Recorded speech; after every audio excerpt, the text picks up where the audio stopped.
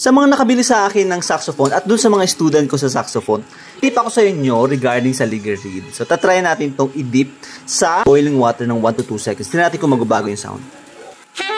Okay, so ito yung sound niya before kong i-dip. Actually, meron siyang lamat, no? Kung nakita niyo dun sa first na video, may lamat siya. So, ito yung sound niya. Okay naman siya, pero medyo makunat lang yung sound niya. Parang nahihirapan siyang mag-vibrate. So, ngayon, press natin, ha? Try natin i-dip. Ayan na nga, napasok pa ako. Tatanga-tanga kasi.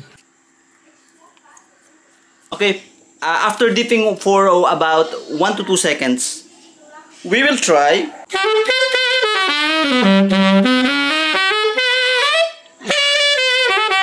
Here are my thoughts. After dipping for about 1 to 2 seconds, mas naging responsive siya.